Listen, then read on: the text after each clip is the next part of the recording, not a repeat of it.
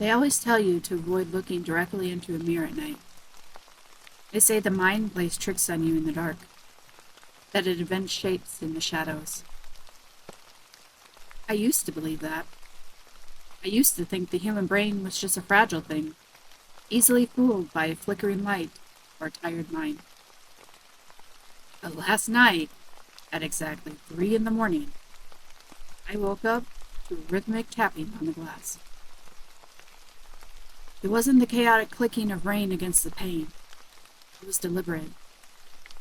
2 sharp taps, then silence, then 2 more. I live on the 4th floor of an apartment complex. There are no tree branches outside my window. There are no ledges, just a sheer drop to the concrete courtyard below. I sat up in bed, my heart hammering against my ribs. The room was freezing. My breath bloomed in a faint white cloud in front of my face, even though the thermostat was set to 70 degrees. I told myself it was the pipes. I told myself it was the old building just settling. Deep down, your instincts always know when a sound belongs to a living thing.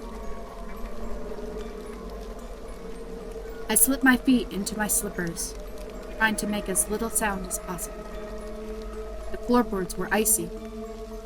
I didn't turn on the lights. I didn't want to break the dark. Worse, I didn't want whatever was outside to see me. I crept down the narrow hallway toward the bathroom. The tapping seemed to be echoing from there now. I stood at the threshold. The door was half open. The moonlight filtered through the small bathroom window, casting long, distorted shadows across the tile floor. I took a breath, stepped inside, and faced the dark mirror above the sink. My reflection was looking right back at me.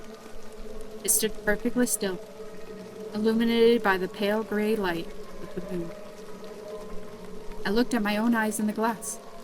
I looked at the outline of my shoulders. Everything seemed normal, except I was still standing at the threshold of the bathroom, a foot away from the sink. But in the glass, my reflection was standing right up against the counter, leaning forward.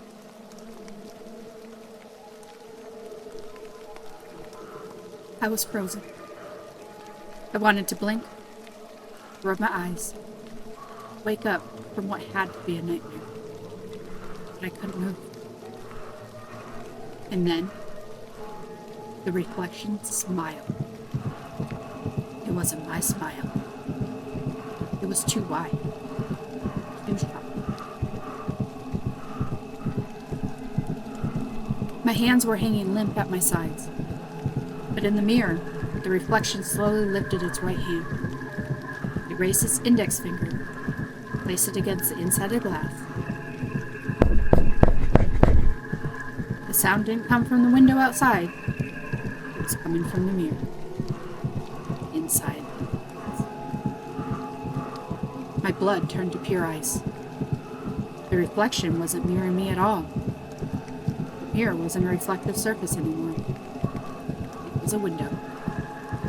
And whatever was standing on the other side of that window was realized. Sealed. I stumbled backward out of the bathroom, tripping over my own feet, and fell hard onto the hardware. As I scrambled to my feet, scrambling away into the darkness of my living room, there's one last look through the half-open bathroom door.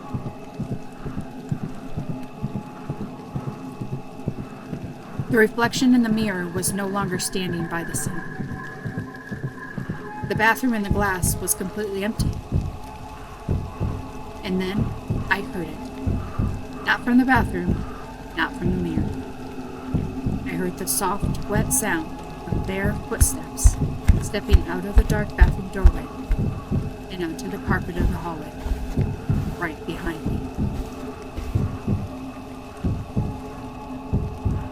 I haven't turned around yet.